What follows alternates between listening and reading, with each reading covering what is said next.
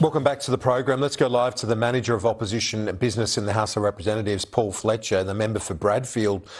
Appreciate your time as always, Paul. This shift in climate approach from the coalition, a toughening of your stance, how's that going to play in your seat of Bradfield?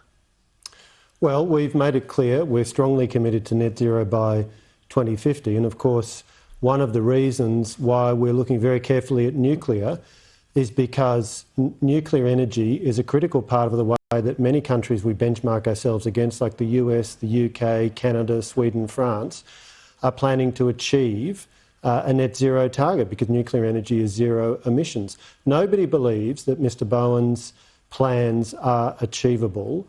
And what we've simply pointed out is that it is very unlikely that Mr Bowen's target is going to be achieved. But can I make this point? All this discussion about targets, let's look at the actuals. I come from a business background. In business, you set your targets, but then how do you perform against them?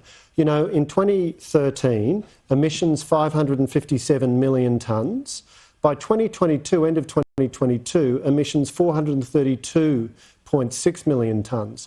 So under 9 years of a coalition government, we got emissions down from 557.1 million tonnes to 432.6 million tonnes. Indeed, by the time we left government, by the end of 2022, we'd achieved a 29% reduction on 2005 levels. So we'd actually already reached the commitment that we had taken. It was Mr Bowen's moral vanity that saw him rush off to commit to 43%, while he was increasing the target. Do you accept that many of your voters want... They might like what you're saying, but they want that ambition... They want that ambition to continue. There are many in your seat on the North Shore of Sydney that would want to see ambition, not a backslide, wouldn't they? Kieran, what people want to see is achievement. They want to see emissions being reduced. The point I make is that we got emissions down. They'd reached 29% below 2005 levels by the time we left government. And when we came into government, they were at 8.6% down. So we got them from 8.6% down to 29% down. Mr Bowen is flatlining. Under Mr Bowen, the emissions reduction performance is flatlining. In 2022, it was 432.6 million. End of 2023, 432.9 million. The opposition leader says that you did consider this in... Yeah. No, I know. This talk about targets is all very interesting, but what matters is performance. The coalition has a track record of getting emissions down. We are very committed to net zero by 2050. That's why we're working so hard on the role of nuclear, as well as gas. Gas will have a critical role. You know, it was ironic in your earlier grab from the Prime Minister. You had him at a media conference at Western Sydney Airport. Let's talk about Western Sydney Airport as an example of delivery. He came into the Parliament in 1996 and started talking about Western Sydney Airport. He never delivered it. It took the coalition to deliver Western Sydney Airport. We took a decision in Cabinet in 2014. It is now on track to be delivered by 2026. If you want to look at performance, whether it's airport or climate change, emissions reduction, the coalition is the side of politics that delivers. Your opposition leader said that your shadow cabinet discussed this issue when you voted against the 43% target by 2030.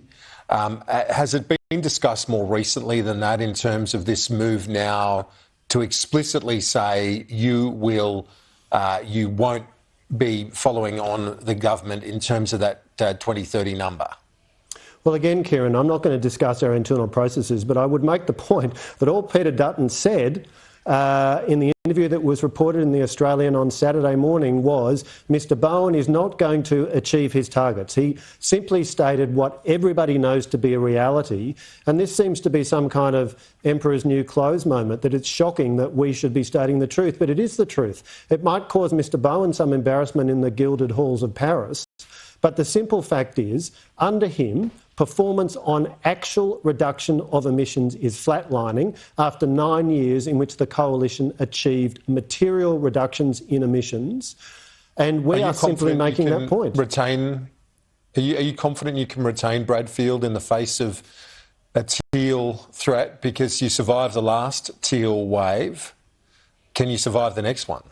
The case I'll be making to the people of Bradfield is on our performance on emissions reduction when last we were in government, and on our commitment to net zero by 2050 and serious, credible, detailed plans to achieve that, including the role of nuclear, and pointing out that Mr Bowen is not achieving against the targets that he has set. Paul Fletcher, thank you as always. Appreciate it.